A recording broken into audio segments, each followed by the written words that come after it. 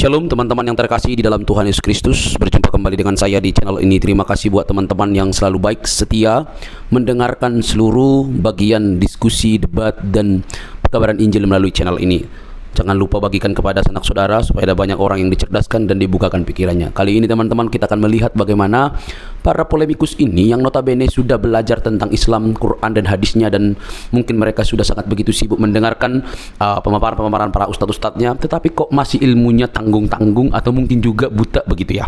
Nah, ketika disampaikan fakta-fakta justru mengamuk, justru kepanasan, justru kesurupan, tidak mau terima fakta yang ada.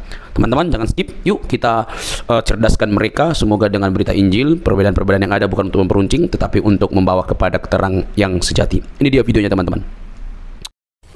Seperti tidak pernah yang menimbulkan yang namanya efek atau pertobatan lah di tengah-tengah orang Islam. Sebenarnya yang terjadi apa teman-teman? Apakah itu cerminan ajaran agama Islam atau hanya oknum? Nah, ini yang akan kita bahas hari ini. Nah, kita akan membahas itu. Nah, sebenarnya sudah saya kasih tema di sini ya. Ini terlalu banyak yang begini-begini teman-teman berseliweran.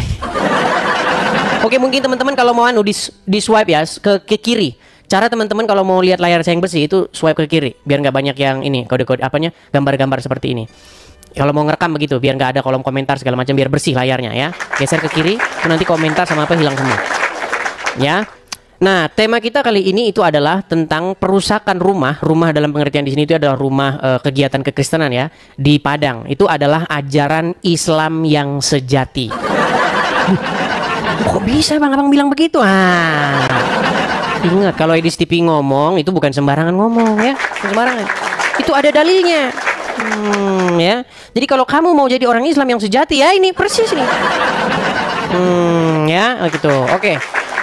Kita akan berikan kesempatan, kita akan undang ya yang muslim-muslim untuk membantah, untuk melakukan counter tentang apa yang saya katakan ini tentang agama Islam ini, benar atau tidak ini yang saya katakan ini. Oke, kita kasih naik ada, bentar ya, kita kasih naik ada yang muslim-muslim dulu ya teman-teman ya. Yang Kristen tahan diri dulu, kasih kesempatan nih kepada yang muslim-muslim. Oke, kasih kesempatan kepada yang muslim-muslim supaya mereka memberikan klarifikasinya benar atau tidak yang saya ucapkan. Oke, kita kasih naik ada Ade Susanti. Coba kita kasih naik Ade Susanti.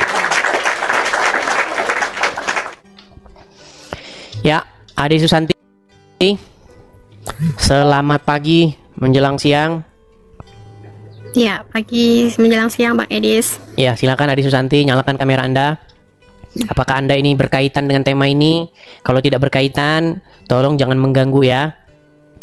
Apakah Anda jangan-jangan ada? Oh, ini kan sudah pernah naik. Saya lupa ingat. Oh, sudah pernah naik Ade Susanti. Ini. Ya, sebentar Ade, saya konfirmasi dulu nih. Ade ini masih seorang muslimah atau bagaimana? KTP. KTP-nya saja. Orangnya gimana orangnya? Sebelumnya ada naik kan udah viral tuh kemarin di Padang. Jadi oh iya dari Padang, ini saya lupa. Oke. Aduh, saya lupa ini. Oke, Uni Ade Susanti. Aduh, ambo lupa ini kemarin pernah datang ke sini. Aduh. Oke, silakan cerita ya. Jadi kemarin itu takutnya kejadian perusakan itu kan tadi malam ya, kami baru dapat info.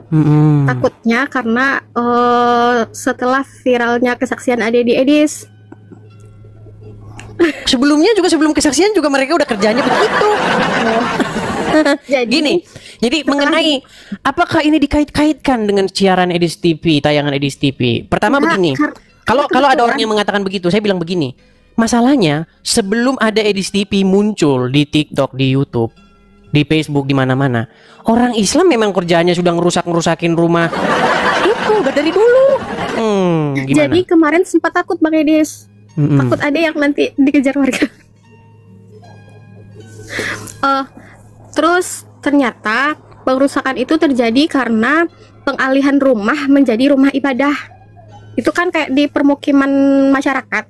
Saya sudah baca beritanya, saya sudah mendapat informasinya begini, bahwa rumah itu disewa sejak awal itu memang sudah dengan maksud untuk kegiatan sosial. Itu rumah itu menurut info yang saya terima, nanti silahkan dikoreksi kalau salah, itu tempat anak-anak menempuh pendidikan kekristenan. Jadi mereka belajar kekristenan di situ. Karena di sekolah mereka tidak dapat pendidikan Kristen.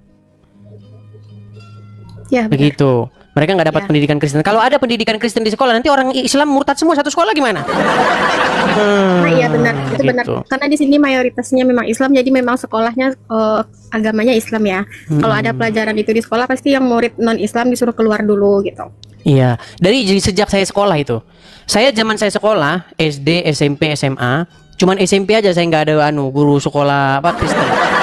Tapi kalau SD sama SMA saya punya guru agama Kristen. Jadi kalau zaman SD ada guru agama Kristen di SD saya dulu.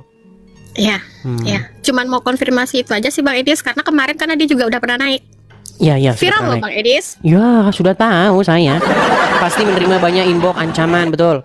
Betul. Makian. Ini DM yang mendukung banyak, yang mencaci juga banyak. Biasalah seperti itu. Kita tidak hidup menurut kata congornya orang. Bener. Biarlah orang berkata apa. Oh, yang penting aku bahagia. Gitu. Penting hati tenang ya. Iya damai, dong. kita. Masa kita hidup menurut congor orang? Tapi banyak loh teman-teman yang dari Kristen, dari Murtadin. Ada juga itu persatuan Murtadin dari Minang juga ada kok. Ada. Ada diundang ke grupnya. Iya. Banyak orang-orang Minang yang Kristen, banyak sekali. Cuman memang gini, memang kita itu harus dalam posisi itu bijak gitu. Cerdik seperti ular, tulus seperti merpati gitu. Jangan main hantam-hantam gitu aja sembarangan, enggak gitu. Benar. Iya. Tapi kejadian dekat dengan rumah atau bagaimana? Tadi Ade kan dapat infonya tuh baru kemarin. Memang kejadiannya tuh kemarin. Jadi saat tengok berita itu rada-rada takut ada Bang Edis, takutnya tuh nanti apa nggak karena ada yang viral kemarin. Oh bukan. Belum lagi banyaknya DM banyaklah DM yang mengarah kayak bilang ada tolol, bodoh, menghina ini itu, salah pilih gitu kan. Menghinanya di mana? Orang cuma keluar dari agama Islam kok.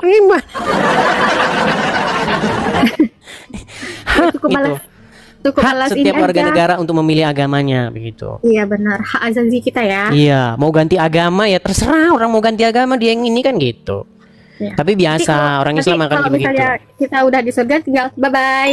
Iya, begitu. Yang penting kan di sini kan Ade Susanti tidak percaya dengan surga yang katanya pria berdiri 70 tahun berdirinya. Iya. Banyak. Terus ada juga yang bilang berani kali kau ya tampil tanpa masker, tanpa kacamata, on cam lagi. Ya nggak apa-apa. Yang penting kan tidak menghina gitu loh. Yang penting tidak menghina agama Islam. Kalau mengatakan fakta-fakta tentang agama Islam itu bukan menghina, begitu. Bukan memfitnah, bukan melakukan penyebaran berita bohong, informasi bohong yang menyesatkan, tidak, begitu loh. Nah mungkin selama ini orang-orang ini kan cuman baca ayatnya aja tanpa tahu artinya, tanpa tahu tafsirannya. Betul. Itu juga sebuah fakta itu. Ketika ada orang yang mengatakan mayoritas orang Islam ketika membaca Al-Quran mereka tidak mengerti artinya, itu adalah fakta. Jadi nggak bisa dikatakan itu sebuah penyebaran informasi bohong. Kalau informasi bohong tuh begini loh, Muhammad itu tukang, nabinya orang Islam tukang jual somai. Itu kalau itu jelas itu menyebarkan informasi bohong. Kalau seperti itu Edis TV layak loncat dari Monas. Di dalam agama kekristenan nggak boleh. Jangan kamu bersaksi dusta tentang sesamamu, nggak boleh. Nggak boleh. Ada juga tuh Bang Edis keluarga dia yang suruh take down nggak videonya katanya. Ya mana bisa, masalahnya yang mau upload banyak orang. Nggak bisa. Yang upload itu banyak orang tuh, banyak sekali. Bener-bener. Lanjutkan. Oke, begitu ya Ade Susanti ya. Oke, saya turunkan ya. Saya jadi lupa-lupa ini, terlalu banyak soalnya. Teman-teman setiap hari menerima laporan orang Islam keluar dari agama Islam. Saya turunkan Ade ya, saya turunkan. Inilah teman-teman ya. Jadi lupa saya yang mana-mana, yang ini. Mungkin kalau udah 2-3 kali saya jadi. Ya, oke, tema kita kembali lagi ya teman-teman ya. Ini wajah ya, wajah-wajah yang sangat Islami, wajah-wajah yang mencerminkan ajaran agama Islam. Nah, apakah benar pengerusakan rumah di Padang ini cermin ajaran Islam yang sejati? Apa benar Islam itu adalah yang mengajarkan kekerasan kepada non-muslim? Nah, ini yang kita bahas. Ini tema menarik nih. Tema ini nggak bakal berani diangkat di TV. Wah. Karnilias nggak berani ngangkat itu. Takut nanti Karnilias di demo. Ayo kita membuat media ini bebas bertanggung jawab. Ya, selama ini saya lihat media di Indonesia itu hanya disetir oleh kelompok-kelompok tertentu. Nah, sekarang dengan adanya TikTok, dengan adanya media-media sosial yang lain ya, kita tidak lagi dikekang oleh orang-orang yang menyetir tema-tema bahasan gitu. Jadi kita angkat tema ini ya.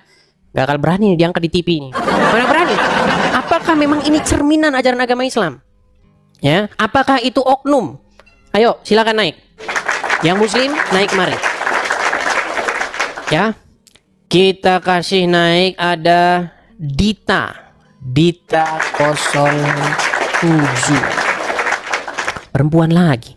Perempuan sudah banyak teman-teman yang berani speak up. Langsung dibilang. Oke, kita kasih naik ada Nia FM. Nia FM. Wah, ini Edis TV, ini Nia FM, Nia Radio. Cocok.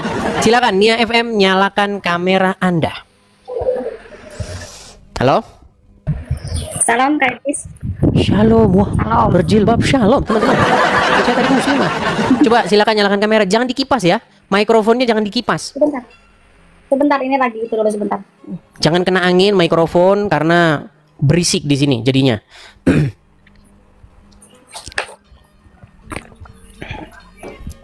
Yuk, silakan. Yang muslim-muslim boleh. Kalian naik ke sini bantah pernyataan saya ini.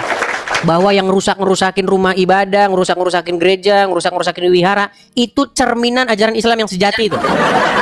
Kalau kau tak terima, pergi kau ke Mabes Polri. Ayo, silakan. Saya nanti yang akan membuktikan ajaran Islam seperti itu. Nekat saja kalian mengatakan tidak benar. Oke, saya mau tanya dulu nih Kak Nia FM. Saya mau tanya dulu, Kak Nia ini muslimah atau apa Kak? Saya murtadin Kak. Murtadin lagi. Coba saya tanya dulu nih. Ini nggak boleh ngaku-ngaku. Nih maksudnya murtadin dari mana? Dari Kristen ke Islam atau Islam ke Kristen? Dari Islam ke Kristen. Tapi kita nggak boleh asal-asal main klaim. Sudah berapa lama Kak Nia itu jadi muslimah? Baru jalan 8 bulan. Maksudnya sudah berapa lama jadi muslimah? Menjadi orang Islam juga berapa lama? Dari kecil. Sampai umur berapa tahun?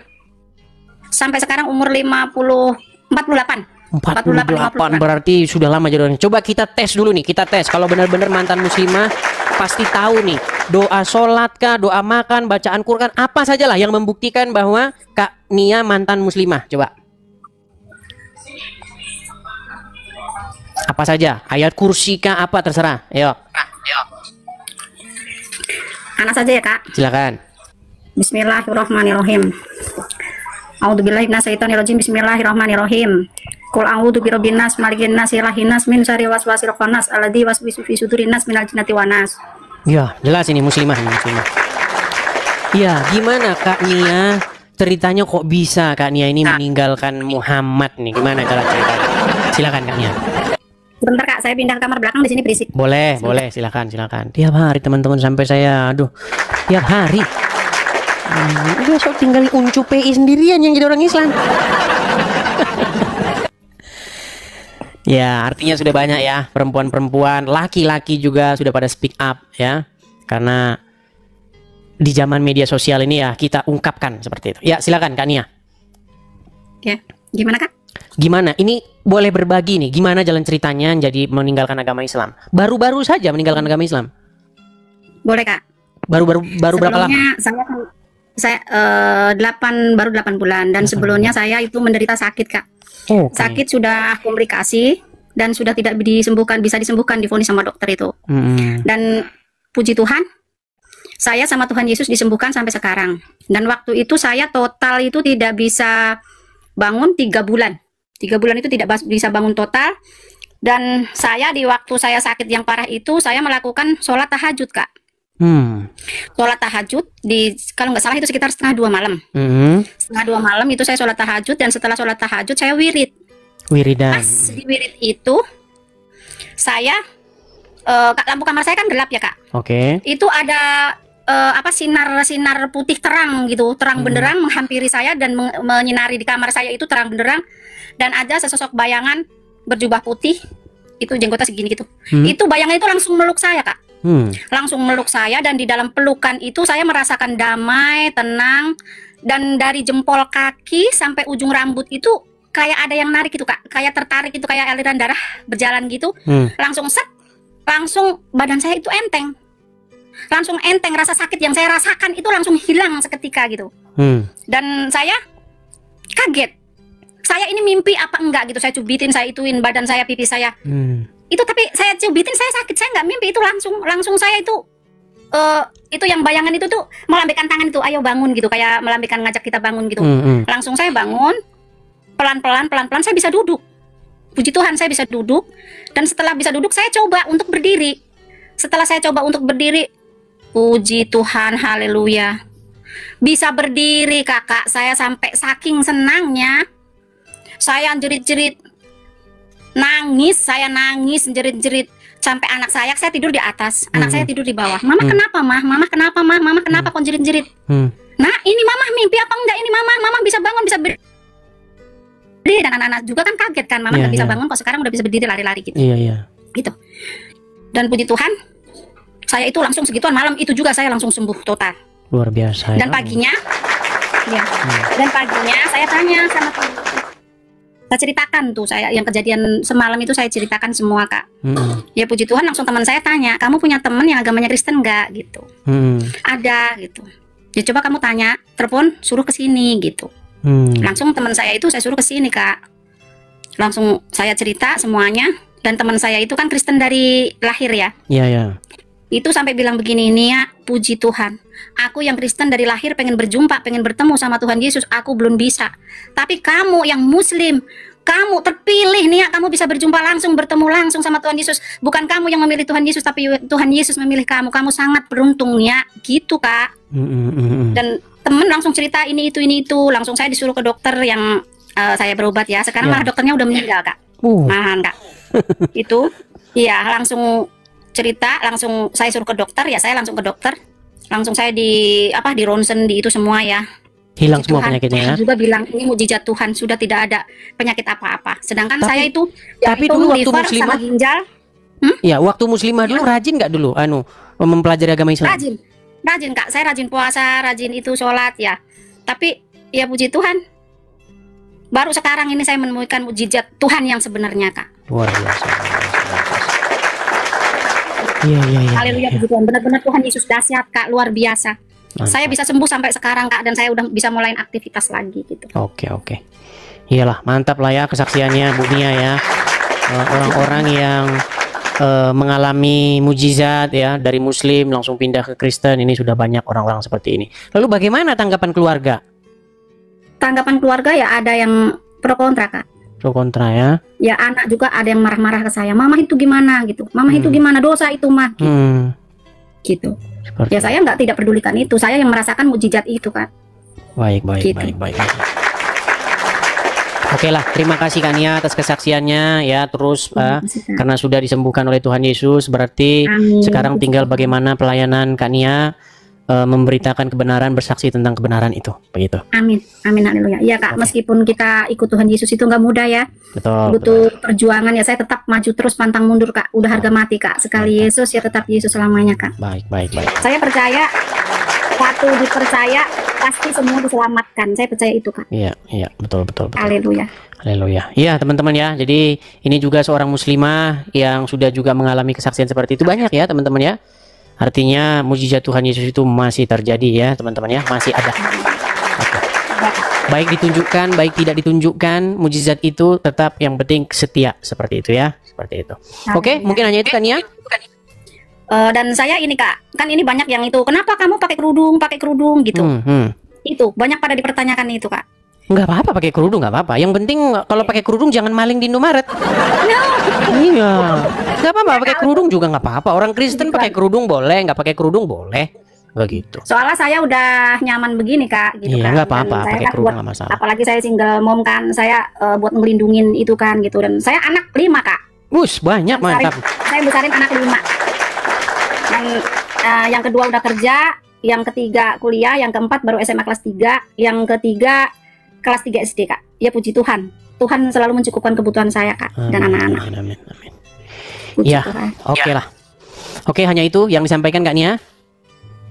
Ya, saya pengen banyak belajar lagi ya dari kakak dan dari teman-teman semuanya. Boleh, ada itu forum-forumnya. Saya sarankan ini yang makanya ini teman-teman kita nih perlu tempat apologi itu biar nanti ada sendiri-sendiri ya teman-temannya. Bisa juga pakai channel ini teman-teman, tapi sebenarnya ya masih besok-besok lah itu ya.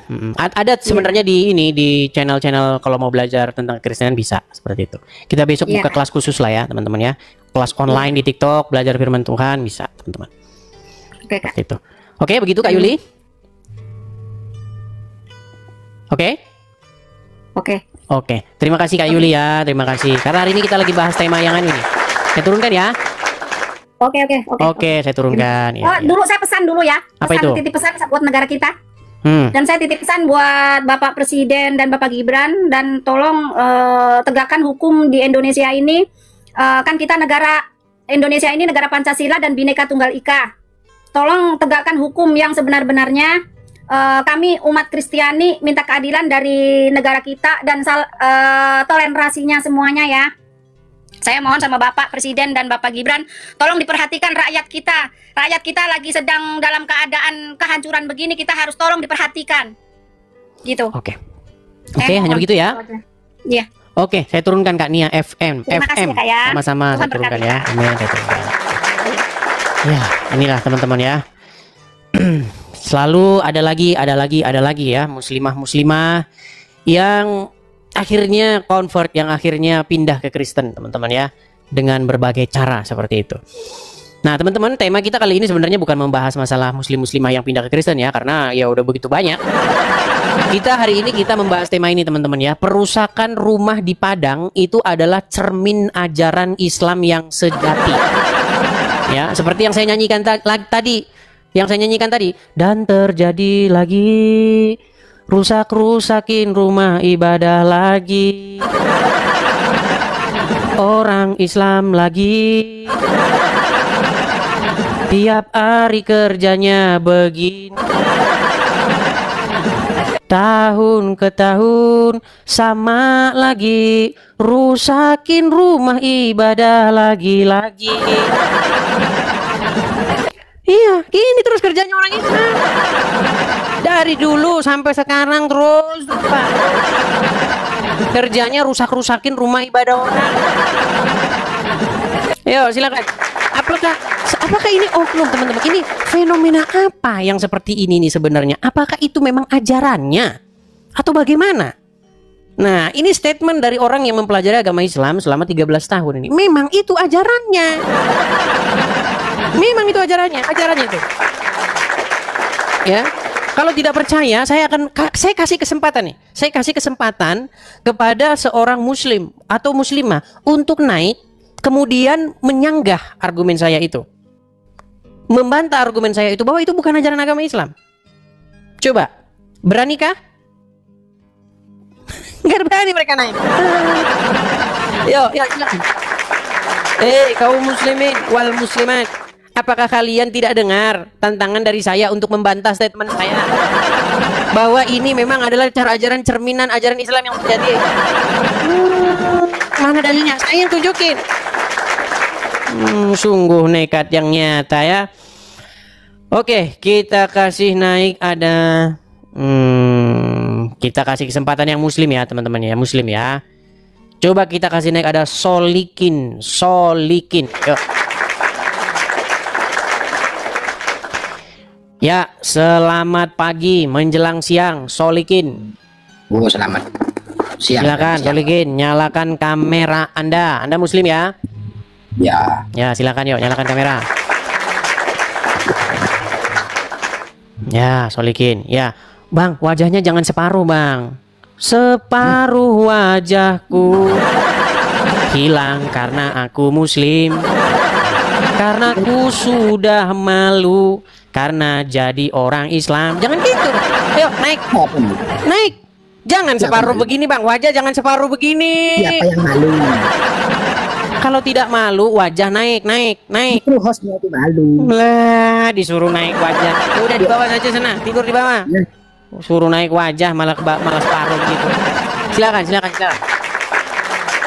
Saya kasih kesempatan kepada yang muslim untuk naik. Kemudian bantahlah argumen saya. Ya, coba di mana dalilnya di dalam agama Islam itu boleh lembut-lembut kepada orang kafir, mengasihi hidup bertoleransi kepada orang kafir. Mana ada nekatnya nyata deh. Ya. Makanya saya bilang, teman-teman saya bilang, tolong rekam. Ajaran agama Islam itu bertentangan dengan Pancasila.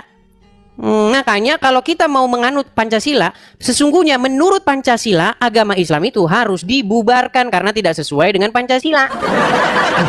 Bang, kok Anda ngomong begitu bang, gak bahaya bang? Loh, saya akan tunjukkan dalilnya.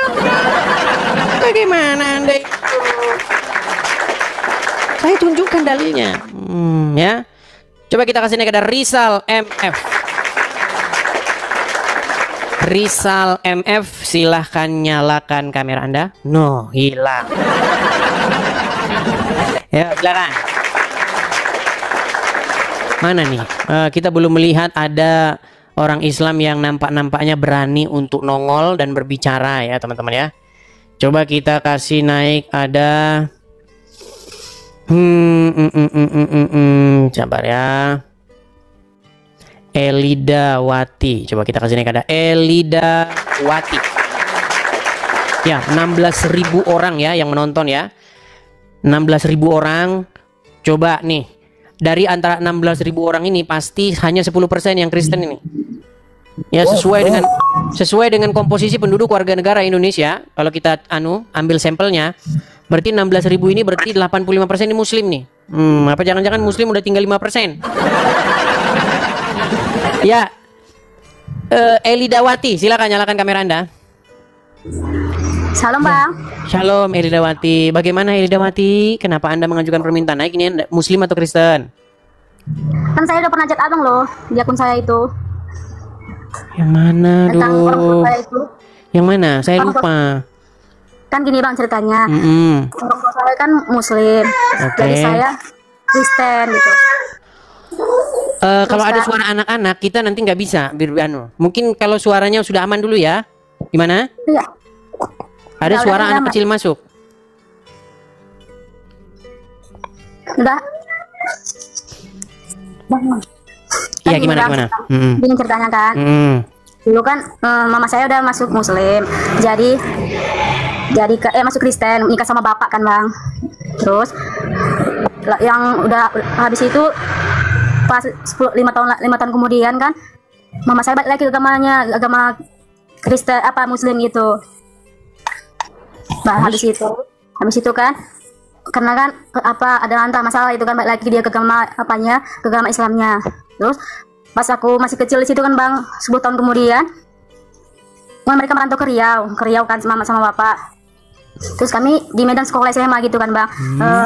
10 tahun lebih saya gak jumpa sama orang tua saya gitu kan, mama saya terutama, tapi kalau bapak saya selalu pulang gitu kan bang. Habis itu pas saya udah tamat, udah kerja lah, datang mama saya lagi. Sih kami udah tahu mama itu Muslim, bapak Kristen gitu kan. Tapi suatu saat kemudian pas di umur bapak 51, dia kan udah balik lagi ke Siantar bang, udah bertani lah di situ kan gitu. Terus saya selalu bilang ke bapak mohon maaf nih Elida, karena kita ada tema, mungkin tema itu bisa di lain kali ya. Boleh. Bukan saya menolak. Kita ada tema ini masalah kita mengangkat mengenai perusakan rumah di Padang ya. Yes, oke bang. Ya, maaf ya. Maaf sekali ya. Iya bang. Maafkan ya. Besok lah cerita itu besok kalau kita ngobrol-ngobrol santai, oke? Oke, saya turunkan dulu ya. Oke. Iya teman-teman, saya harus tegaskan lagi ya teman-teman. Teman-teman, bukan kita menolak atau apa, bukan. Tapi kita hari ini membahas tema ini dulu nih ya, mengenai hal yang rutin terjadi di negara Konoha tercinta ini,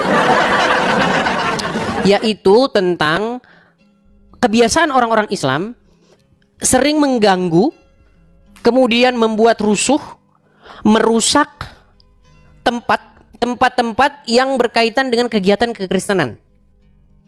Karena ini yang kayak begini, ini udah terus-menerus kejadian.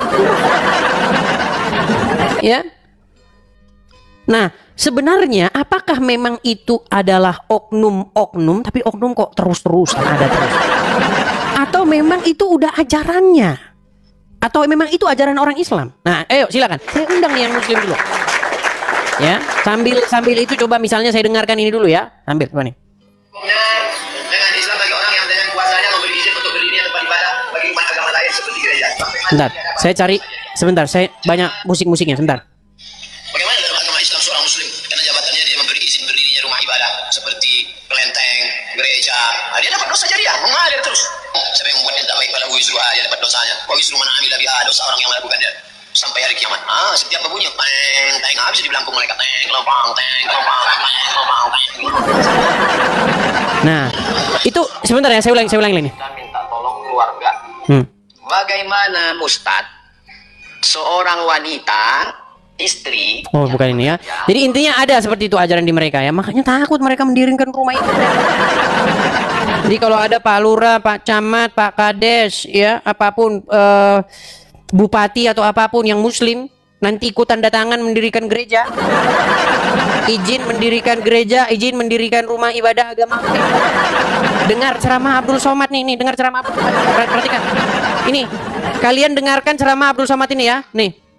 Bagaimana dalam agama Islam seorang muslim karena jabatannya dia memberi izin berdirinya rumah ibadah seperti kelenteng, gereja. Nah, dia dapat dosa jariah, mengalir terus. Siapa yang membuat yang tak baik pada wisruha, dia dapat dosanya. Wa wisru man amila biha, dosa orang yang melakukannya sampai hari kiamat. Setiap berbunyi teng habis di belangkung malaikat teng lompang. Rasakan itu. Nah. Tuh, ya kan? Itu salah satu, itu baru contoh. Kecil itu. Ya, belum, nanti saya tunjukkan dalil-dalil yang lainnya. Itu masih kecil. Makanya teman-teman ya, kalau apa namanya camat ya misalnya oknum camat misalnya muslim gitu, atau kepala desa seorang muslim gitu, atau siapapun pihak-pihak terkait seorang muslim, kalau korupsi nggak takut mereka, nggak takut. Mereka takutnya kalau mendirikan gereja, ikut menandatangani pendirian gereja, mereka takut, teman-teman, takut nanti digampar malaikat. Nah, takut kata Abdul Somad. Iya. Yeah. Makan babi, itu takut, Haram. Ngelihat anjing lari, mereka takut mereka. Tapi kalau duit hasil korupsi, wah. Belum pernah saya dengar ada dalilnya takut. Ya, ayo silakan. Silakan ya. Kalau Anda seorang muslim, Anda boleh mengajukan permintaan naik untuk membantah apa yang saya katakan.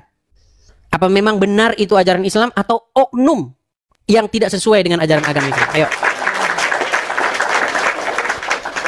Iya, Lina lagi. Ini teman-teman, tolong siapin bodrek dan panadol buat saya ya.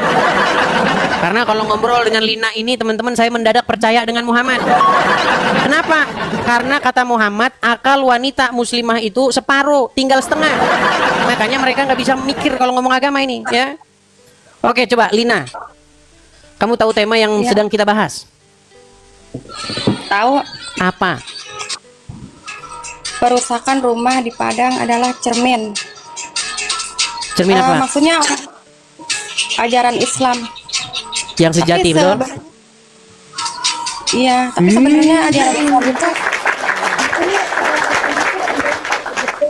gimana? Ajaran Islam itu indah, enggak kayak gitu, enggak seperti yang ada. Coba itu berisik-berisik itu apa di belakang tuh? Coba suaranya berisik. Coba matikan dulu. Gini, Lina, saya tidak tahu ya tujuan kamu kesini ini mau pansos atau mau gimana, saya nggak ngerti. Sekarang begini, Lina, saya cuma mau tanya sama kamu begini. Kalau menjadi seorang Islam yang sejati, bagaimana sifat kamu? Bagaimana tingkah laku dan watak kamu kepada orang kafir?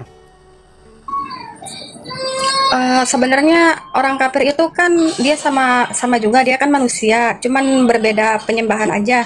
Ya kan Islam itu mengajarkan kasih, jadi tidak harus membenci maupun kasih. Orang. Baik.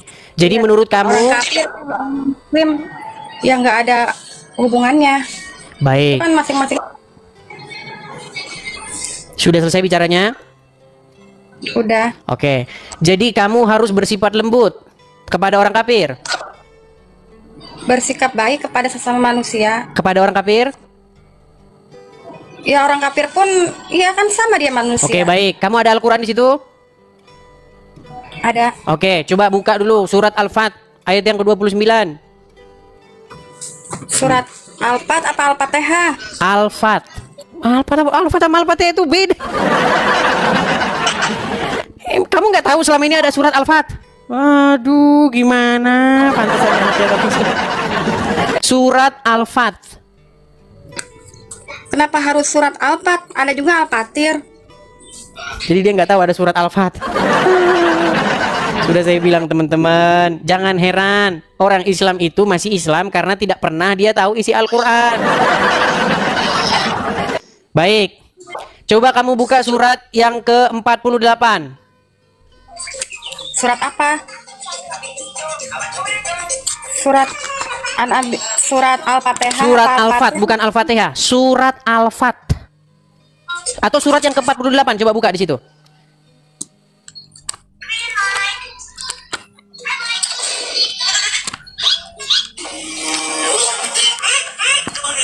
Ada nggak surat ke-48? Ini lagi cari. Bukan itu sih sebenarnya, ini juga. Enggak. Ada nggak surat yang ke-48 coba? Surat 48. Sorry ya, dicari. Makanya teman-teman kalau saya ngobrol sama dia, kalian siapin saya bodrek sama Panadol. Ini adalah cerminan orang Islam nih kayak gini. Ada juga surat An-Nisa, baru ketemu Anfal, Al-Adhud. Lina, kamu bisa ngitung nggak? 1, 2, 3, 4, 5. Quran itu kan ada 114 suratnya, tahu? Al-Fatihah itu Iya, surat yang tahu pertama, yang kedua Al-Baqarah, yang ketiga Ali Imran, terus yang nomor 48. Yang nomor 48. Siapin bodrek teman-teman sama saya. Kalian jangan diem-diem aja. Kalian pikir nggak apa sakit kepala ngadepin kayak dia. Nggak ada kok. Bukan nggak ada, maksudnya belum ketemu. Belum ketemu. Coba buka halaman depannya. Halaman depannya buka. Halaman depan surat apa? Kan ini di sini. Di daftar ada... isinya itu loh. Surat ke-1 Al-Fatihah. Surat yang kedua apa? Surat yang kedua Al-Baqarah. Ya, surat yang ke-48.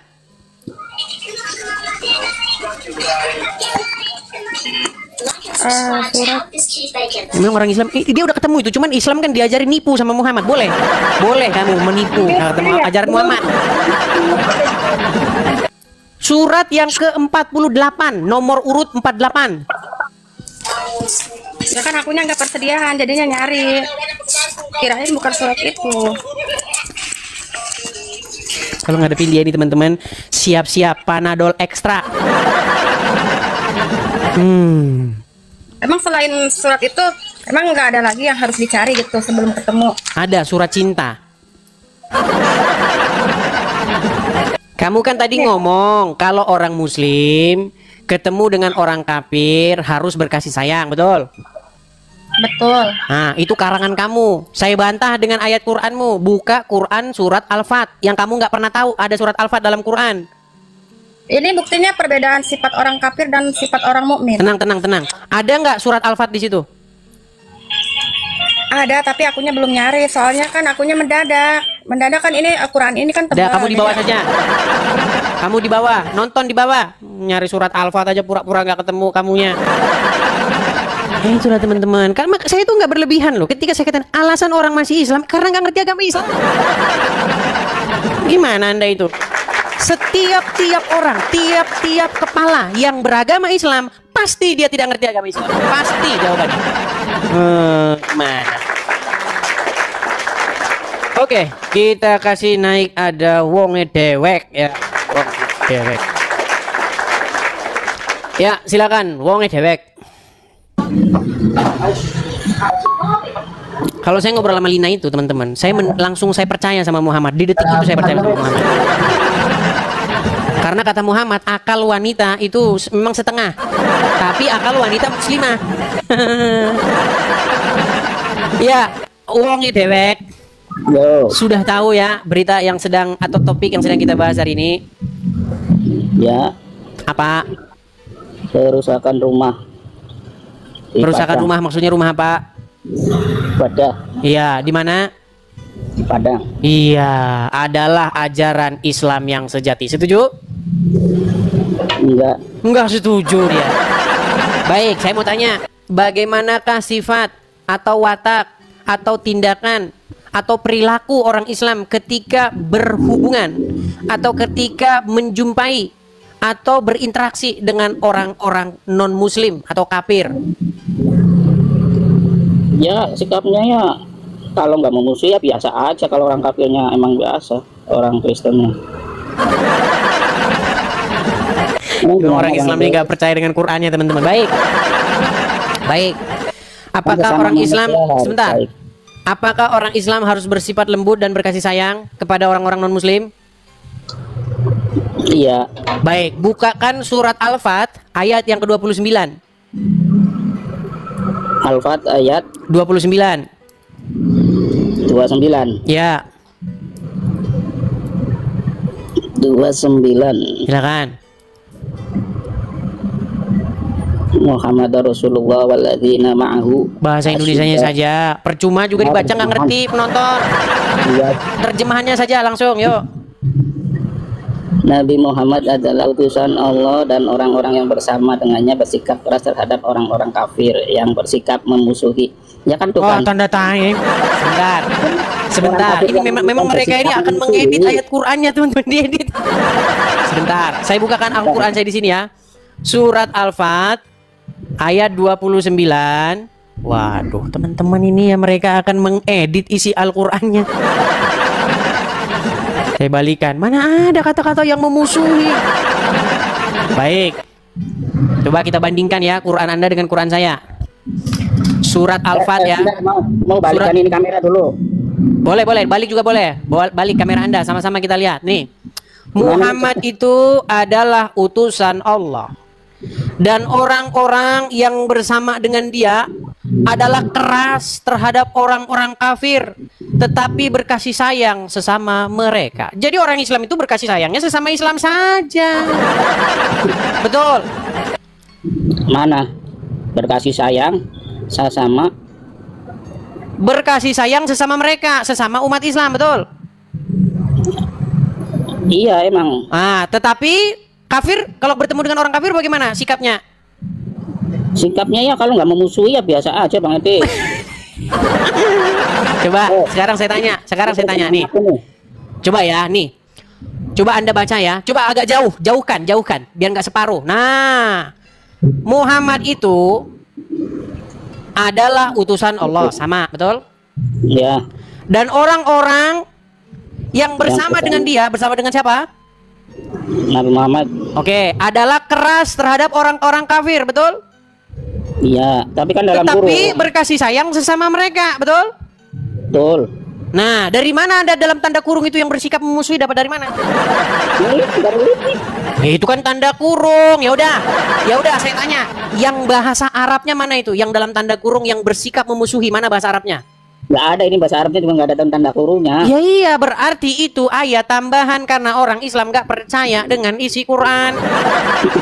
Gimana? Makanya ayat Quran harus diedit, harus dihaluskan biar tidak berbahaya bagi keberlangsungan hubungan masyarakat. Makanya ada dalam tanda kurung yang bersikap memusuhi, padahal nggak ada di sini. Ini hanya keras terhadap orang kafir.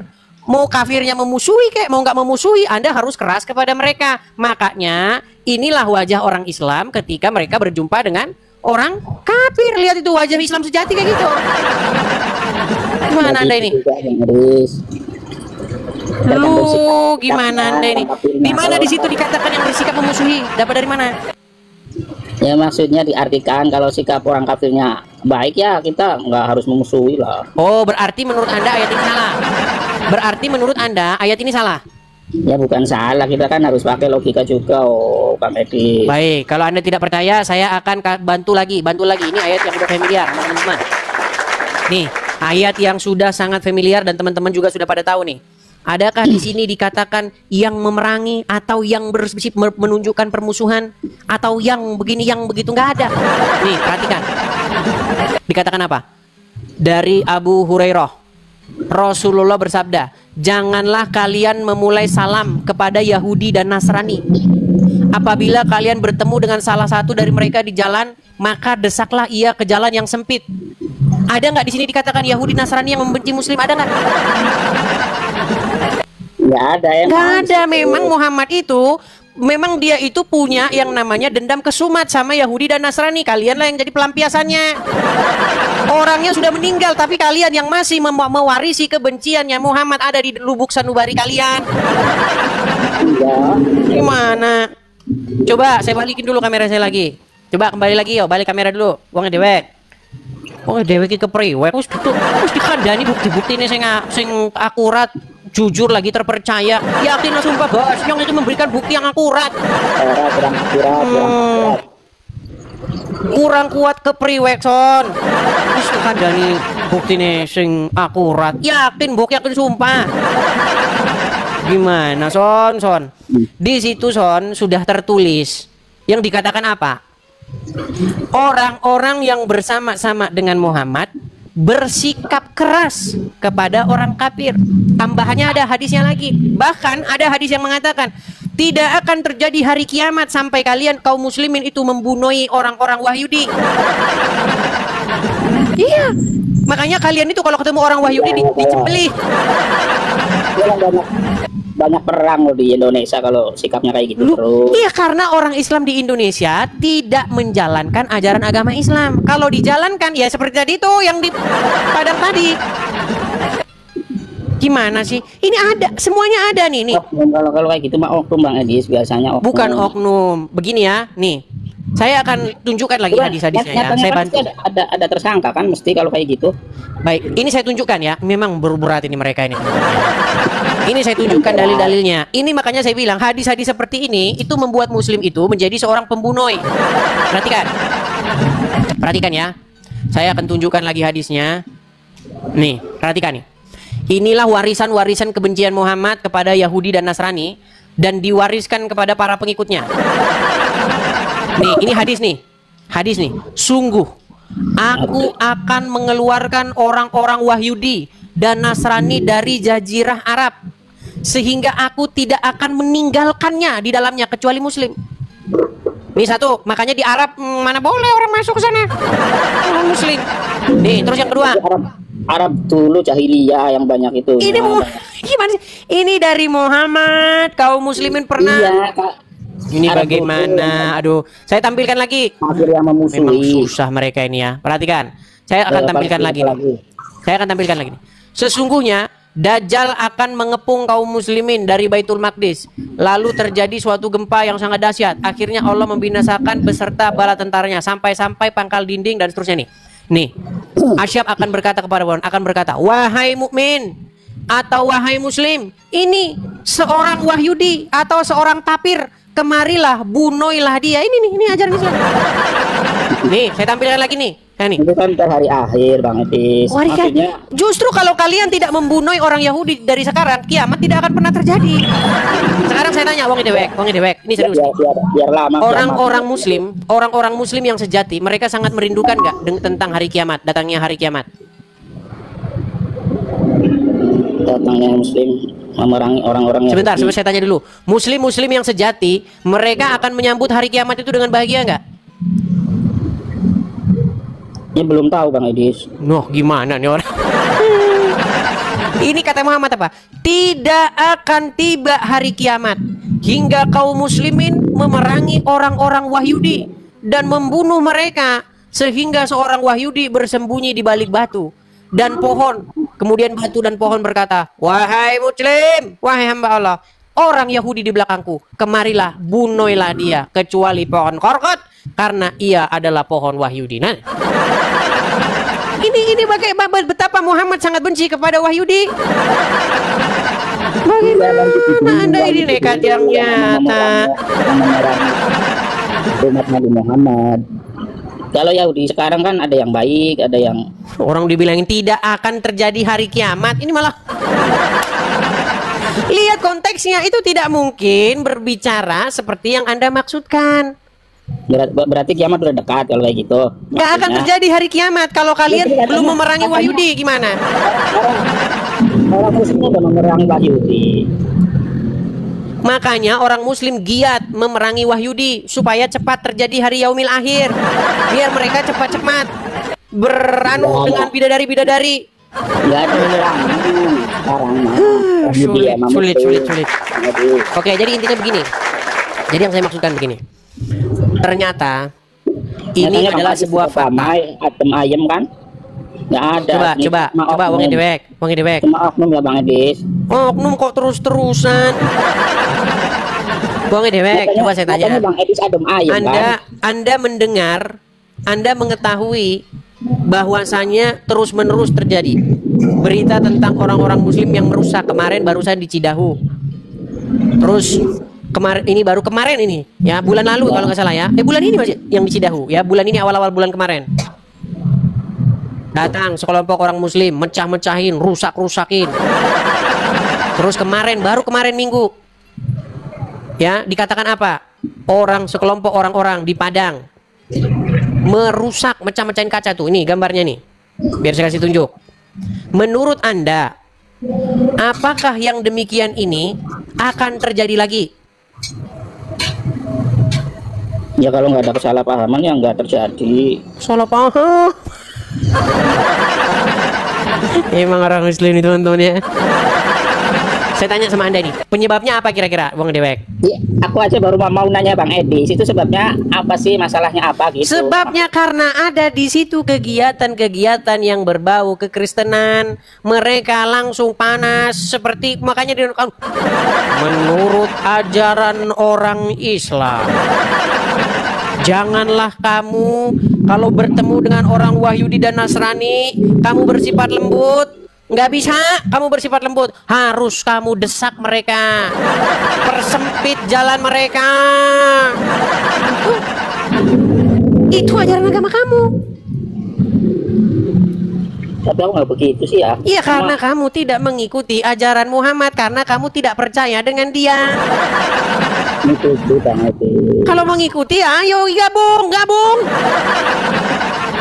Teman-teman Kristen aja ada aku, tapi ya biasa. Ya, orang Islam yang tidak mengganggu orang Kristen, tidak mengganggu Wahyudi dan Nasrani, tidak memepet mereka ke jalan yang sempit, adalah orang Islam yang tidak percaya dengan Muhammad. Mana Muhammad yang nyuruh kok, desaklah mereka ke jalan yang sempit, gimana sih? Gimana Bang Dewek?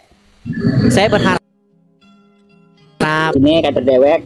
Ya iyalah keder dewek lah. Orang saya menunjukkan dalil-dalil kok. Sekarang ini itu masalah oknum kayak Bang Edis lah intinya. Oknum kok setiap hari ada. Oknum kok terus-terusan.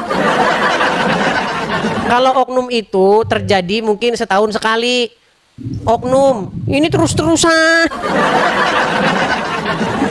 Saya lompat dari Monas kalau yang kayak begini nggak terjadi lagi. Pegang omongan saya. Jikalau yang seperti ini tidak terjadi lagi, saya terjun dari Monas. Berapa bulan itu terjadinya? Oh pasti dalam tahun-tahun ini pasti terjadi lagi. Udah sebulan 2 bulan gitu. Ya entah, pokoknya dalam tahun-tahun ini pasti terjadi lagi. Kita ya. Karena itu ajaran kalian bagaimana? Ya. Mudah-mudahan nggak terjadi lagi lah. Ya, makanya saya bilang mudah-mudahan semua orang Islam kompak menelpon tukang loak supaya mengangkat Quran dan hadis dari rumahnya. Karena kalau tidak diangkat dari rumahnya, saya khawatir nanti dibaca kemudian jadi seperti ini. Nih. Tergantung orangnya. Iya. Ya, seperti itu Bang Dewek, oke? Oke, saya turunkan Bang Dewek. Ya. Inilah teman-teman ya, mereka tidak percaya dengan ajaran Quran mereka. Makanya saya kemarin sudah bilang teman-teman, ada salah satu video yang saya upload itu. Tolong hadis-hadis ya yang menginspirasi orang Islam melakukan kekerasan. ya melakukan aksi-aksi teror, melakukan aksi-aksi yang ya contoh seperti ini, itu dihapus saja, hadis-hadis yang dibuang.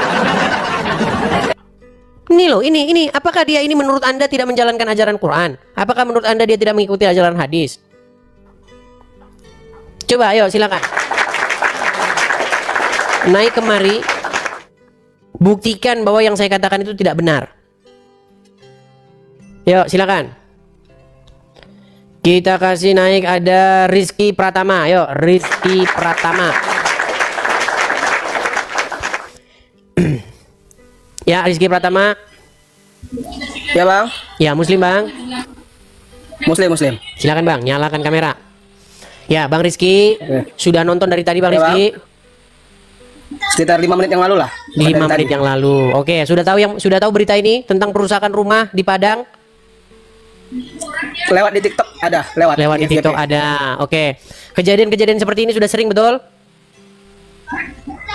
Kalau yang saya dengar nih, saya sendiri ya bang ya, yang saya dengar ada beberapa, memang ada. Terus tidak hanya di Islam saja, mungkin di Nasrani pun di daerah Papua juga banyak gitu. Coba berikan datanya. Datanya ya, aduh, saya cari dulu ya saya. Nah, Anda terjeda. Bang, kalau Anda lagi googling terjeda, nanti Anda terpental. Bang, coba kembali ke TikTok dulu bang.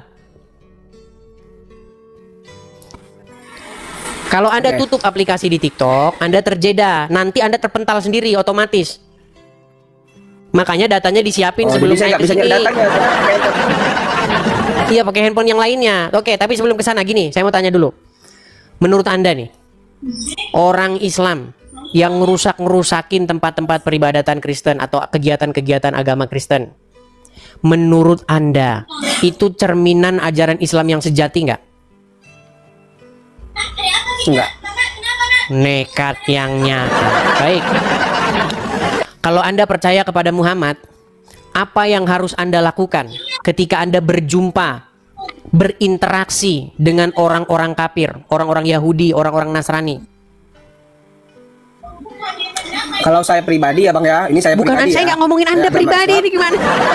Saya tidak tanya Anda, saya tanya menurut Muhammad. Ini orang bagaimana sih? Saya tidak tanya dirimu, karena dirimu itu bukan jadi panutan orang Islam. Anda maling mangga, Anda baik sama orang kafir, itu tidak jadi panutan. Yang jadi panutan orang Islam, yang jadi hal yang dipatuhi, itu adalah perkataan Muhammad, betul? Betul. Apa perkataan Muhammad? Terkait bagaimana jika Anda berjumpa, bertemu, berinteraksi dengan orang-orang Yahudi, orang-orang Nasrani, orang-orang kafir, apa yang harus Anda lakukan?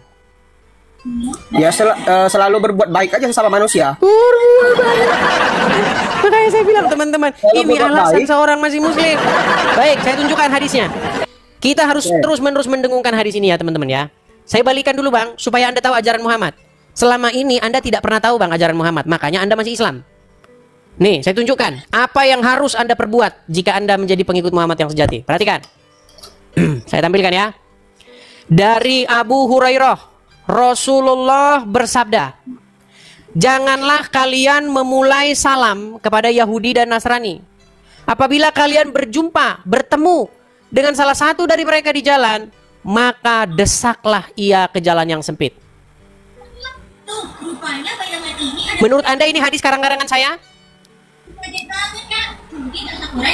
Itu di mana bang datanya bang? Dalam hadis riwayat Muslim nomor 2167.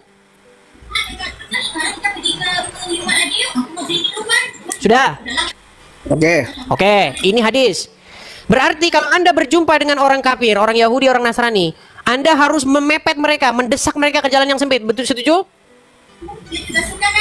Setuju. Ya setuju. Makanya orang Islam banyak yang jadi telor. Ris. Nih, karena kalau ketemu Yahudi dan Nasrani didesak. Ini hadis. Saya tunjukin yang di Quran. Perhatikan. Apa kata Al-Quran? Kita buka surat At-Taubah. Bentar ya. At-Taubah 29. Perhatikan.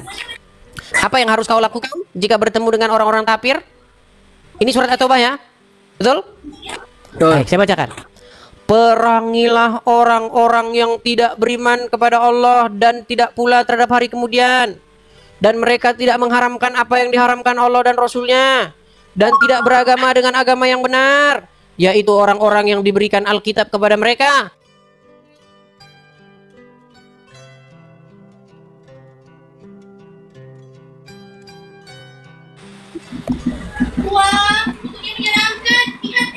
Terkejut dia teman-teman mendengar ayat-ayat Quran. Karena selama ini yang dibaca cuman A'udzubillahi minasyaitonirrajim. Amin. Artinya apa? Kagak tahu. Bang, selama ini Anda tidak pernah tahu ayat ini. Karena ketika Anda baca Quran, yang Anda baca Arabnya, Bang. Anda tidak pernah baca artinya. Ini baru satu, saya tambahin lagi, Bang. Saya tambahin lagi. Dalam surat Al-Fat, yang mudah-mudah saja ya. Perhatikan, surat Al-Fat ayat 29. Nih Bang ya, saya buka nih. Tafsir, nih, surat Al-Fat 29 ya. Kita tampilkan.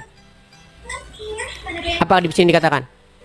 Muhammad itu adalah utusan Allah, dan orang-orang yang bersama dengan dia, bersama dengan Muhammad, adalah keras terhadap orang-orang kafir, tetapi berkasih sayang sesama mereka. Jadi kalian harus keras sama orang kafir, berkasih sayangnya sesama muslim. Kalau sesama muslim, kalian harus saling berkasih sayang. Kalau sama orang kafir, keras. Hendaklah kalian mendapati sikap keras dan permusuhan kepada orang kafir ini. Jadi Bang, sebenarnya wajah Anda kalau bertemu dengan orang Yahudi, orang Nasrani, nah persis yang pakai topi dan kaos hitam ini. Berbeda Bang. Loh, kok berbeda? Loh, bukankah Al-Quran mewajibkan Anda untuk bersifat keras, bersifat memusuhi orang-orang yang tidak seakidah, yang bukan muslim? Saya tidak kalau saya pribadi ya sih saya ambil yang baiknya. Berarti itu jelek ajaran itu tadi? Enggak jelek. Gimana? Kata ambil yang baiknya. Kata-kata ambil yang baiknya berarti itu adalah menyimpulkan bahwa yang tadi itu yang jeleknya. Dari sudut pandang mana dulu? Kita kan nggak tahu permasalahannya. Oke, sekarang saya tanya, kalau Anda bertemu dengan orang Yahudi dan Nasrani, suruh pepet, suruh perangi, suruh bersifat keras kepada orang-orang non-muslim, menurut Anda sifat itu baik nggak? Enggak, saya bilang. Saya nggak pernah mepet. Sekarang gini saya tanya sama Bang ya. Saya tanya Anda pernah atau tidak? Bang, saya tidak tanya Anda pernah melakukan itu atau tidak. Yang saya tanya, ajaran itu menurut Anda baik atau tidak? Baik, tergantung sudut pandangnya. Kalau baik berarti betul lah ini ajaran yang sesuai dengan ajaran Muhammad loh. Sekarang gini Bang, itu tuh gimana ini orang? Gimana Bang, itu kan sesuai dengan ajaran, makanya saya bilang perusakan rumah di Padang ini adalah cermin ajaran Islam yang sejati. Gimana sih? Ini Bang, Abang tahu nggak, saya tanya, Abang tahu nggak permasalahan di sana kenapa bisa ada pengusakan? Tahu nggak permasalahannya apa? Permasalahannya gara-gara tempat itu dijadikan tempat kegiatan yang berbasis atau berbau kekristenan. Dan orang-orang tidak suka. Seperti apa? Betul. Sekarang gini pertanyaannya, ya kan? Tadi saya baca sedikit berita, tapi saya nggak tahu itu berita hoax atau fakta ya. Saya hanya membaca tadi karena saya tidak ada di tempat kejadian gitu ya. Nah, yang saya baca itu di sana belum ada izin untuk mendirikan tempat ibadah. Makanya mereka warga masyarakat di sana, yang saya baca ya, warga masyarakat di sana tidak tahu itu tempat ibadah atau tidak. Sementara izin untuk mendirikan tempat ibadah itu tidak ada. Menurut apakah berita dengan demikian itu boleh dirusak-rusak, dipecah-pecahin kaca-kacanya boleh? Ya sebenarnya tidak boleh, itu terlalu anarkis kalau menurut saya. Makanya saya bilang Bang, tapi tidak ada walaupun itu tidak ada izin kah, walaupun itu apa, itu bukan tempat kecuali dijadikan di situ tempat jual narkoboy, dijadikan tempat ngadu ayam, taruhan. Nah baru Anda boleh bisa melakukan misalnya penggerbekan begitu kan, bawa polisi. Ini orang mau mendalami belajar agama kok digituin. Tapi Bang, percayalah Bang, sebenarnya Muhammad itu punya kebencian yang mendalam kepada Yahudi dan Nasrani. Makanya kalian yang dibikin Muhammad jadi ngelampiasin kebencian mereka. Orangnya sudah meninggal Bang, Muhammad udah meninggal. Kenapa amarah dan kebenciannya itu kalian warisi? Tahu nggak? Saya kasih tahu alasannya kenapa. Gini, saya kasih tahu ceritanya. 13 tahun Bang, saya dalamin agama Islam. Tahu persis saya kenapa alasannya. Jadi ceritanya begini. Jadi Muhammad itu dulu pernah berkiblat kepada kiblatnya orang Yahudi. Tahu?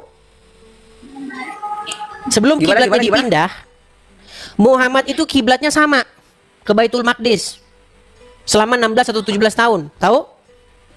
Nggak tahu, saya baru dengar. Nah, saya bacakan hadisnya nih. Saya bacakan riwayatnya nih. Kiblat Muslim sebelum Ka'bah. Biar Muslim percaya ya. Kiblat mereka itu apa sebelumnya? Kiblat kalian itu sama dengan Wahyudi. Tapi gara-gara Muhammad, nah saya bacakan dulu saja ya nih. Saya balik kamera saya. Kita harus sabar mendidik orang Islam teman-teman tentang ajaran Islamnya sendiri yang mereka tidak pernah pahami, hanya imani saja. Nih. Masjid Al-Aqsa, kiblat umat Islam yang pertama sebelum Ka'bah. Nih. Kiblat umat Islam yang pertama kali adalah Masjid Al-Aqsa yang dikenal dengan nama Baitul Maqdis. Tempat ini terletak di kawasan kota tua Yerusalem. Kiblat pertama umat Islam ini berlaku sebelum Rasulullah diperintahkan untuk memindahkan kiblat mereka ke Masjidil Haram bersama dengan kiblatnya orang-orang kafir Quraisy penyembah berhala di Ka'bah. Nih, sekarang gini. Jadi Muhammad ya, saya balik dulu kamera saya sebentar. Muhammad mengira dengan dia berkiblat sama dengan Wahyudi nanti dia dapat simpati dari Wahyudi. Bukannya dapat simpati, Muhammad malah diolok-olok sama orang Wahyudi. Itu datanya dari mana? Itu kan hanya berita hoax, Bang. Berita yang ditulis dari Bang, apakah Muhammad sebentar? Respon orang Yahudi ketika Muhammad ngaku nabi apa? Apakah mereka percaya atau menganggap Muhammad nabi palsu? Saya nggak tahu, kurang tahu saya di situ. Gimana nih Anda ini? Gini, sekarang saya tanya, apakah orang Yahudi dan Nasrani mengakui kenabian Muhammad? Saya rasa mengakui. Kalau mengakui, kenapa mereka tidak percaya? Kenapa orang-orang Yahudi dan Nasrani dibilang kafir? Karena mereka tidak percaya dengan Muhammad. Gimana sih Anda ini? Nah, karena gini, tadinya Ka'bah itu kan tempat penyembahan berhala. Tahu nggak Ka'bah itu tempat penyembahan berhala tadinya di zaman Muhammad? Nggak tahu. Nggak tahu juga. Baik nih. Saya tampilkan tulisan-tulisan sumber-sumber Islamnya ya, nih ya. Ka'bah zaman. Nih, perhatikan ya. Dulu Ka'bah itu di zaman Muhammad adalah tempat penyembahan berhala. Nih, perhatikan. Saya tampilkan kebalikannya dulu. Nih, ini Bang ya sumbernya ya. Kalau Anda klik di Google ya, nih perhatikan. Nih, Kolbu Grup Indonesia, ini sumber Muslim. Ka'bah pernah dikelilingi 360 patung berhala. Nih, sebelum datangnya Islam, wilayah Arab pra-Islam dikenal dengan zaman jahiliyah. Sebelum sebuah masa di mana masa yang dipenuhi dengan penyimpangan akidah dan kebodohan spiritual. Pada masa itu, Ka'bah yang mulia yang dibangun oleh Nabi Ibrahim dan Ismail sebagai pusat ibadah kepada Allah dan seterusnya, diselewengkan fungsinya. Yang harusnya menjadi pusat tauhid justru berubah menjadi tempat penyembahan berhala. Diriwayatkan dalam banyak sumber sejarah, termasuk para sejarawan Islam seperti Ibnu Ishaq, Ibnu Katsir, bahwa Ka'bah pernah dikelilingi oleh 360 patung berhala, mewakili jumlah hari dalam 1 tahun kalender Komariah. Setiap suku Arab memiliki sesembahan masing-masing, diletakkan ya di ini. Jadi Ka'bah itu tempat penyembahan berhala, dan Muhammad ketika dia baru-baru jadi nabi, dia nggak mau meletakkan kiblatnya di sini karena dia tahu ini tempat penyembahan berhala. Dia bikin kiblatnya ke Yerusalem sama dengan Yahudi. Tapi sama Yahudi ditolak mentah-mentah. Setelah itu dipindahkanlah kiblatnya bersama-sama dengan kiblat para penyembah berhala. Nah, karena kebencian Muhammad yang begitu rupa kepada Yahudi, kenapa kalian sekarang masih mewarisi kebencian itu? Saya boleh tanya nggak, Bang? Apa itu? Kalau orang Kristen itu nyembah apa? Nah, balik lagi ke sini. Nyembah manusia bukan? Balik lagi ke sini, balik lagi. Bang, tema itu sudah kita bahas lama, Bang. Sebulan lamanya saya bahas itu, Bang. Bagaimana orang Islam itu menyembah Muhammad, mempertuhan Muhammad. Nggak ada, kita tidak mempertuhankan Muhammad. Muhammad itu hanya panutan. Oke, sepintas nih, sepintas. Bang, abang pernah lihat orang Kristen ke gereja? Pernah. Oke, di gereja orang Kristen berseru-seru kepada Yesus, betul nggak? Kalau di dalam saya kurang tahu. Ya pasti di dalam itu pasti bernyanyi. Iya, nyanyi-nyanyi, ya Yesus, begitu, betul nggak? Iya. Jingkrak, betul nggak? Saya nggak tahu. Di dalam saya nggak tahu karena saya belum pernah melihat orang secara langsung ibadah di dalam gereja. Oke, baik. Jadi Bang, ketika Anda punya teman, punya tetangga, atau melihat orang Kristen lagi di gereja, nyanyi-nyanyi, manggil-manggil Yesus, begitu berseru-seru kepada Yesus, betul nggak Bang? Anda bilang, orang Kristen lagi nyembah Tuhannya. Betul nggak? Betul nggak? Gimana? Ketika kami orang Kristen melakukan hal yang demikian, lalu kalian berkata, itu orang Kristen lagi nyembah Tuhannya, lagi beribadah kepada Tuhannya, lagi nyembah Yesus, betul nggak? Ya. Nah, sekarang kalau misalnya saya tunjukkan bahwa orang Islam melakukan hal yang sama, gimana? Seperti apa? Wah. Baik, kita harus mengulang lagi tema ini teman-teman, karena orang Islam teman-teman tidak punya tema selain ini. Ya, temanya cuma ini orang Islam. Apakah kalian melakukan hal yang sama seperti yang dilakukan orang-orang Kristen? Baik, saya akan berikan kepada Anda bagaimana orang-orang Islam melakukan hal yang sama, berjingkrak-jingkrak, memanggil-manggil Muhammad, berseru-seru, ya Rasulullah, dengarlah kami ya Rasulullah, dengar seruan kami. Saya bangkitkan kamera saya. Memang sungguh nekat yang nyata mereka ini teman-teman ya. Nih, lihat Bang, lihat.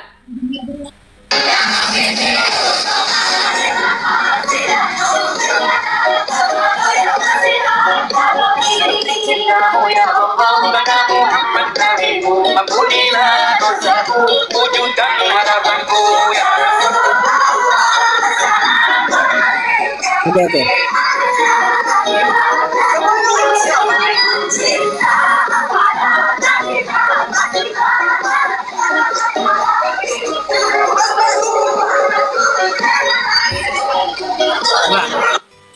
Coba saya tanya sama Anda, Pak. Benarkah di sini umat Muslim sedang berseru-seru kepada Muhammad, sebagaimana orang Kristen berseru-seru kepada Yesus?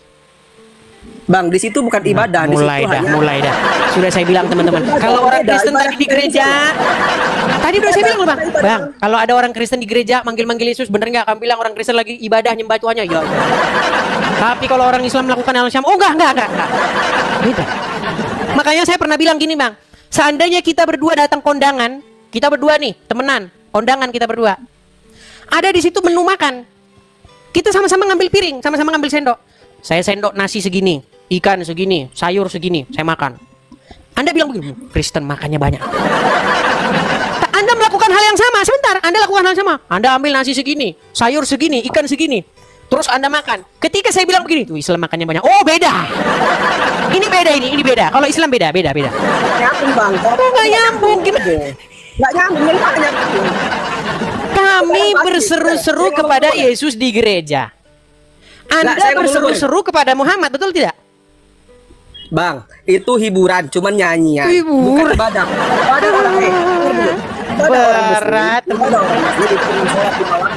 Bang, saya tanya dulu. Sholat 5 waktu di masjid ataupun di rumah, bukan dengan nyanyi-nyanyi pada hiburan. Baik. Beda dengan orang Kristen. Oke, sekarang saya tanya, Anda berseru-seru kepada Muhammad nggak? Itu sholawat Bang, berbeda berseru-seru. Ya, sholawat itu bahasa apa sih? Bahasa apa sholawat itu? Sholawat bahasa apa? Menurut saya itu bahasa Indonesia. Bahasa Indonesia dari mana? Bang, mana ada sholawat tuh bahasa Indonesia? Sholawat itu bahasa Arab. Betul? Ya saya itu dari Indonesia, saya tahunya sholawat. Iya, kenapa tidak diterjemahin? Karena kalian takut ketahuan penyembah Muhammad. Coba, sholawat itu kata dasarnya sama, sholat, sholawat, salat itu sholat. Nih, sholat itu gini. Bener nggak? Selama ini Anda waktu sholat, Anda mengucapkan ya Rasulullah. Anda ucapkan itu nggak? Ya. Oke. Waktu Anda bilang ya Rasulullah, Anda lagi manggil siapa? Ya Rasulullah ya, manggil Rasul. Oke, Muhammad, betul? Ya. Apakah dia sudah meninggal? Ya. Apakah dia ada di kuburnya? Ya. Nah, berarti Anda memanggil orang meninggal, betul? Berseru kepada orang meninggal, betul?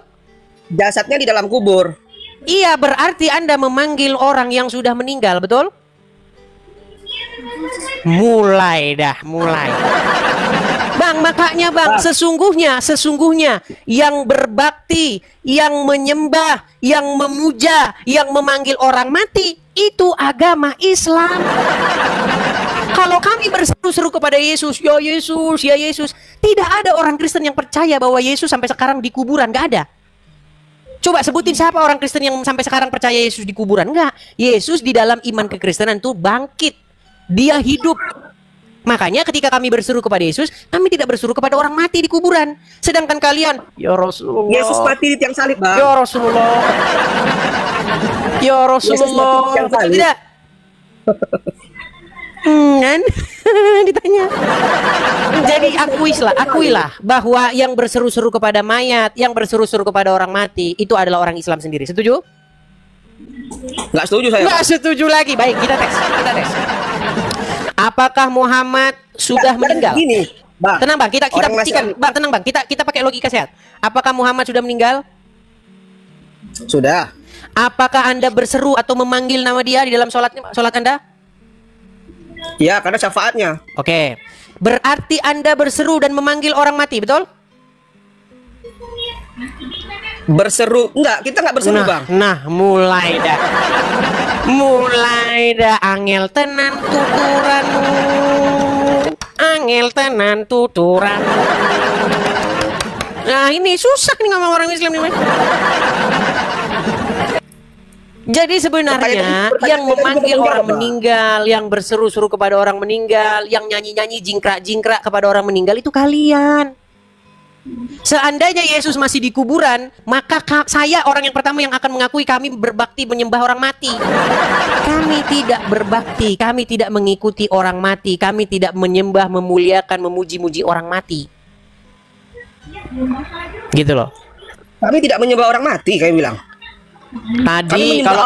Tadi kalau orang Kristen di gereja berseru-seru kepada Yesus, memanggil nama Yesus, lagi ngapain itu Bang? Lagi nyembah Yesus. Mana sih?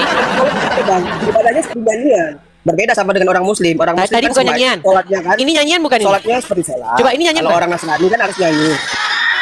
Itu hiburan, saya bilang. Itu bukan ibadah, itu bukan ibadah. Ketika ada orang Kristen nyanyi-nyanyi, orang Islam akan mengejek. Lihat tuh, orang Kristen tuh ibadahnya nyanyi-nyanyi seminggu sekali. Udah ibadahnya seminggu sekali, ibadahnya nyanyi-nyanyi, jingkrak-jingkrak. Tapi kalau orang Muslim nyanyi-nyanyi, jingkrak-jingkrak, oh bukan. Beda. Kalian itu standar ganda, Bang. Kalian itu menggunakan standar ganda, itu masalahnya. Standar ganda seperti apa? Ketika seorang melakukan hal yang sama, dilakukan oleh umat Muslim hal tersebut yang sama itu, maka definisinya berbeda. Contoh, ini gelas. Ini ada air putih di dalamnya. Ini Kristen ngambil angkat gelas gini. Disebut apa itu? Disebut apa itu, Bang? Gimana? Ini ada gelas, ada air minum. Saya gini. Itu disebut apa perbuatan yang barusan saya lakukan tadi? Ya perbuatannya mau minum. Minum. Ya. Nah, kalau orang Kristen itu namanya minum, kalau orang Islam bukan. Itu bukan minum. Kalau orang Islam namanya bukan minum. Itu yang kalian lakukan itu. Jadi apa namanya? Ya kalian ngarang sendiri pokoknya bukan minum, itu beda. Namanya itu itu namanya. Gimana? Kalian selalu ngelis. Giliran kami jingkrak-jingkrak di gereja, nyanyi-nyanyi di gereja, berseru-seru pada Yesus. Lihat tuh ibadah mereka itu, jingkrak-jingkrak seminggu sekali. Giliran kau jingkrak-jingkrak. Aduh. Coba Bang, di dalam tahiyat Anda bilang begini enggak? Ya ayyuhallazina ya ayyuhan nabi, assalamu alayka ya ayyuhan nabi. Betul enggak? Dalam tahiyat enggak? Coba baca tahiyat awal atau tahiyat akhir, coba. Untuk apa saya baca? Udah nggak tahu bacaan tahiyat apa. Tahu saya bilang. Pura-pura ngomong untuk apa saya baca. Di dalam sholat Anda, betul tidak Anda mengucapkan assalamu alayka ya ayyuhan nabiyyu? Iya, benar. Oke, apa bahasa Indonesianya assalamu alayka ya ayyuhan nabiyyu? Saya nggak hafal, Bang. Nah, makanya saya bilang orang Islam sekalipun dia cuap-cuap, tapi dia nggak tahu apa yang diucapkan. Persis seperti lagu yang sangat tenar itu. Kalian seperti itu. Makanya kata Ustadz Munzir Situmorang, kalian seperti keledai Di dalam Al-Quran, di dalam surat An-Nisa dikatakan, janganlah kamu sholat sampai kamu tahu apa yang kamu ucapkan. Pernah dengar ayat itu? Ya. Nah, sementara Anda sholat mengucapkan Assalamualaikum ya ayuhan Nabi, tapi tidak tahu artinya kan? Saya tidak hafal, bukan tidak tahu. Saya tahu artinya tapi tidak hafal. Ya udah, apa artinya? Ya, makanya saya mau googling nggak bisa. Makanya saya bilang tadi saya mau googling nggak bisa. Saya nggak siapin, handphone dulu atau baik, laptop. kalau begitu nanti persiapkan dulu diri, siapkan, baru boleh nanti abang naik lagi, gitu bang ya. Ya. Oke. Terima kasih Bang Rizky Pratama. Terima kasih semuanya ya. Kembali. Sama-sama Bang. Oke. Selamat siang Bang. Selamat beraktivitas. Ya teman-teman, tak terasa ternyata sudah jam 12:30 dan lapar sudah melanda. Bagaimana teman-teman, mau lanjut? Mau lanjut? Terus. Ya teman-teman ya, jangan lupa teman-teman, cara mencari akun saya di TikTok ya @edistv_asli ya @edistv_asli. Ini akun yang asli saya. Ada 160 lebih akun-akun palsu ya teman-teman ya. Pastikan Anda ikuti akun yang asli. Ini akun yang asli yang nonton 21.700 orang di TikTok, belum lagi di YouTube dan sebagainya. Teman-teman sekalian, seperti biasa teman-teman ya, di akhir acara saya mau bilang kita ada program teman-teman di sini untuk mendirikan rumah apologet. Jadi saya sangat merindukan teman-teman, saya Edis TV itu punya tempat sendiri untuk berapologet seperti ini, terus-menerus bersuara ya, memancar mengudara untuk menyuarakan suara-suara kecil, suara-suara sumbang yang tidak sampai kepada pemerintah. Kita bersuara dari sini teman-teman. Ya, kalau kita bersuara dari Konoha, teman-teman, yang ada kita disambut sama borgol. Baik teman-teman yang terkasih dalam Tuhan Yesus Kristus, apa tanggapan teman-teman ketika mendengarkan diskusi atau debat dari awal hingga akhir teman-teman? Berikanlah tanggapan teman-teman di kolom komentar dan sama-sama kita dapat belajar bersama supaya ada banyak orang yang dicerdaskan, yang mengerti bahwa kebenaran yang sejati itu ada dan pasti kebenaran itu mengalahkan ketidakbenaran. Kebenaran itu pasti mengalahkan hal-hal yang kamuflase. Terang itu pasti mengalahkan kegelapan. Kegelapan tidak mungkin bisa mengalahkan terang. Tentu terang di dalam Yesus Kristus. Teman-teman terkasih, kita harus bangga. Ya, kita harus bangga bahwa para polemikus Islam mesti belajar Quran, kitab sucinya, dan mendengarkan para pendahulunya. Bahkan kalau kita boleh jujur, mereka harus mengikuti Sang Baginda sebagai tauladan yang harus diikuti. Semua kehidupan Sang Baginda mesti diikuti mereka, seharusnya begitu. Mulai dari dia belajar atau menyampaikan isi Quran, atau juga mempraktekkan seluruh isi Quran, dan bahkan apa yang ditulis dalam hadis-hadis, bagaimana moralnya, bagaimana dia pernikahannya, semua harus diikuti karena itu bagian yang tidak bisa dilepaskan daripada umat muslim. Tetapi alangkah sangat disayangkan bahwa mereka tidak siap dengan semua itu. Mereka hanya mencari hal-hal yang cocok. Kalau nggak cocok ya dibuatlah berita, oh itu hadis doib dan lain sebagainya. Nah, notabene teman-teman, ketika sang apologetik Kristen yang menurut pengakuannya itu dia sudah 13 tahun mempelajari Quran, ya saya itu luar biasa. Kalau 13 tahun berarti kita bayangkan itu hampir tamatlah dia SMP belajar Quran, membaca, dan mungkin kalau itu benar berarti dia lebih tajam dan lebih intens membaca Quran, begitu ya. Tapi itu kan pengakuannya. Tapi boleh teman-teman pertimbangkan melalui apa yang ia sampaikan ketika berdebat atau berdiskusi dengan para polemikus, para ustadz. Bahkan dia dengan berani terang-terangan mengundang Ustadz Abdul Somad, Ustadz Adi Hidayat, dan ustadz-ustadz lain untuk masuk berdebat dengan dia.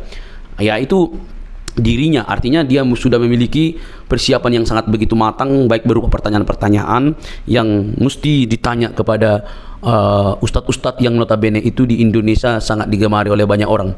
Bahkan ustadz sekelas Juma aja minggir, ya kan? Nah, teman-teman, saat berbicara tentang Alkitab, mereka ini kan sangat begitu bebas.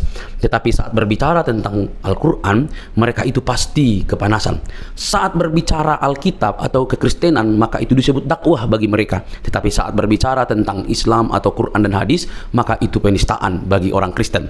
Miris memang teman-teman. Nah, tapi kita tidak fokus di situ. Kita masuk kepada poin bahwa apa yang ditanya oleh apologetik ini hanya bisa dijawab dengan kemarahan oleh para polemikus, hanya bisa berputar, hanya bisa memunculkan urat lehernya sebesar mungkin, tanda mereka tidak siap menjawab apapun yang dipertanyakan oleh apologetik ini. Harusnya mereka kan memiliki waktu untuk menjawabnya dengan baik supaya bisa menerangkan seperti ini loh yang benar. Apa yang kamu argumentasikan itu salah, ini yang benar, ini yang tepat. Mestinya kan seperti itu. Tetapi yang kita dapatkan justru berbeda, saudara-saudara. Itu sulit sekali, sulit banget. Karena apa? Karena ketika ditanya mereka nggak ngerti, maka yang terjadi adalah urat lehernya membengkak, tanda kemarahan, nafasnya terengah-engah, begitu ya. Nah, teman-teman yang terkasih dalam Tuhan Yesus Kristus, dari sini kita bisa melihat dengan terang bahwa mereka tidak siap sama sekali, mereka tidak tahu, bahkan mungkin juga mereka perlu belajar. Sebenarnya tidak perlu marah, tidak perlu baperan, mereka hanya perlu belajar. Dan dia dengan terang-terang berkata, nanti undang Ustadz Juma. Ya Ustadz Juma aja lari kok, gitu ya. Lari kok, jadi mau undang di mana? Ya, oke teman-teman. Tapi yang terpenting adalah kalian harusnya fokus dengan agama kalian, begitu ya. Jangan sampai kalian suka membahas agama orang lain tetapi tidak mau dikritisi oleh kekristenan atau ditanyakan justru ngamuk-ngamuk ya. Bagi kekristenan, iman itu sudah final dalam Kristus Yesus, tidak ada keraguan di sana, tidak ada kebimbangan di sana, tidak ada kepalsuan di sana. Karena Kristus itu firman menjadi manusia, pribadi kedua Allah Tritunggal itu firman menjadi manusia, diam di antara kita, dan kita telah melihat kemuliaannya yang diberikan oleh Bapa kepada dia. Dia juru selamat itu. Teman-teman, kalau kita membaca Yohanes 13 ayat 13, kamu menyebut aku guru dan Tuhan, dan katamu itu tepat, sebab memang akulah guru dan Tuhan. Jadi di sini ada dua kata yang sangat menarik. Kamu menyebut aku guru dan Tuhan, kurios, berarti itu merujuk kepada pencipta. Dia pencipta, dia yang dihormati, dia yang ditinggikan, begitu ya. Jadi ketika Yesus mengatakan kamu menyebut aku guru dan Tuhan, katamu itu tepat, tidak melarangnya. Oh, saya bukan Tuhan, jangan kamu sebut aku Tuhan. Bisa saja dikatakan begitu, tetapi dia tidak mengatakan itu. Katamu itu tepat, sebab akulah guru dan Tuhan. Saudara, hal ini tidak bisa dibantah. Kata Tuhan memang bisa dipakai, karena dalam bahasa Inggris pakai istilah Lord, ya, bisa Tuhan, bisa Tuhan. Maka tergantung konteks ayat itu. Karena Alkitab itu berdasarkan konteks, tidak boleh dicomot seperti kelakuan Ustadz Juma dan yang lain-lainnya. Comot-comot lalu lepaskan begitu saja, lalu menimbulkan persepsi pengertian yang keliru. Maka kalau dipakai di sini istilah aku guru dan Tuhan, dia yang berarti berkata, ya udah, kamu yang mengatakan aku guru, ya itu aku Tuhan, memang aku guru, aku Tuhan, gitu. Tidak salah, itu tepat sekali. Jadi kalau ada orang yang mengatakan di mana dia disebut guru Tuhan, ya udah ada banyak sekali gitu. Dia Allah ada juga. Jadi jangan pernah membuat sebuah argumentasi yang begitu liar tanpa bukti, karena Alkitab itu cukup bukti. Alkitab dan ahli sejarah membuktikan Yesus itu adalah Tuhan dan Juru Selamat umat manusia. Percayalah, dia menyelamatkan kita dari dosa. Oke teman-teman, jangan baperan yuk. Salam sadar, salam waras. Semoga kita diberkati. Bagikan ini kepada teman-teman Anda dimanapun berada. Semoga ada banyak orang yang dicerdaskan dan menerima Injil sang kebenaran itu di dalam Kristus yang menyelamatkan kita. Sampai ketemu di video selanjutnya. Tuhan memberkati.